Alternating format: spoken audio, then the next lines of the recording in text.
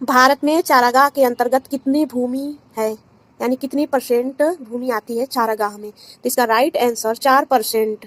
अगला क्वेश्चन, पंजाब में भूमि निम्नीकरण का मुख्य कारण है। पंजाब में अधिक खेती होती है तो इसलिए अधिक सिंचाई होगी, तो भूमि निम्नीकरण होगा ही। अगला क्वेश्चन, इनमें कौन उपाय भूमि ह्रास के लिए संरक्षण में उपयुक्त हो सकता है? तो भूमि को जलमग्न बनाए रखना, बाढ़ नियंत्रण, जनसंख्या वृद्धि की दर में तेजी लाना। तो इसका राइट आंसर बाढ़ नियंत्रण। अगला क्वेश्चन, भारत में भूदान के लिए रक्तहीन क्रांति की शुरुआत किसने की थी?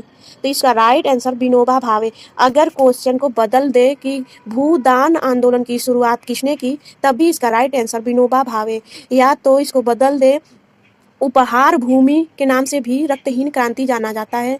वहीं जो ये ऑप्शन है रामचंद्र रेड्डी, जब विनोबा भावे पोचमपल्ली गांव में अप्रैल 1951 ईस्वी में ग्राम सभा कर रहे थे, यही भूदान आंदोलन के लिए गांधी जी से प्रेरित होकर कर रहे थे, तभी रामचंद्र रेड्डी जी खड़ा होके तुरंत 80 एकड़ भूमि दान किए थे।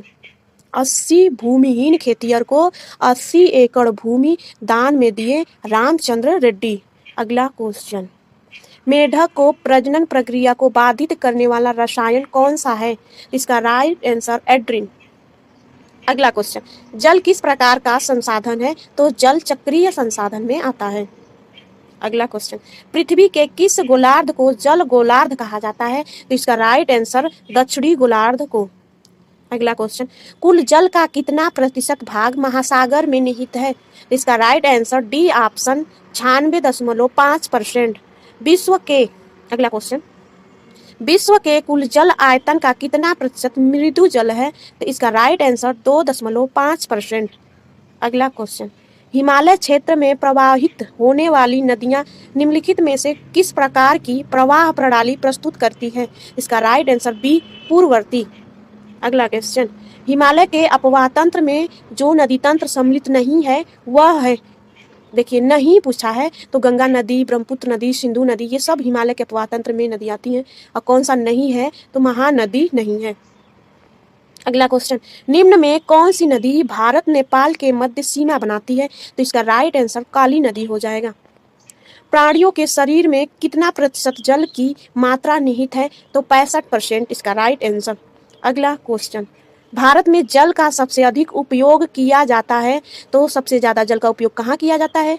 तो सिंचाई में। अगला क्वेश्चन, भारत में कितने प्रतिशत जल का उपयोग घरेलू तथा नगरीय आपूर्ति में किया जाता है? इसका राइट आंसर 11%।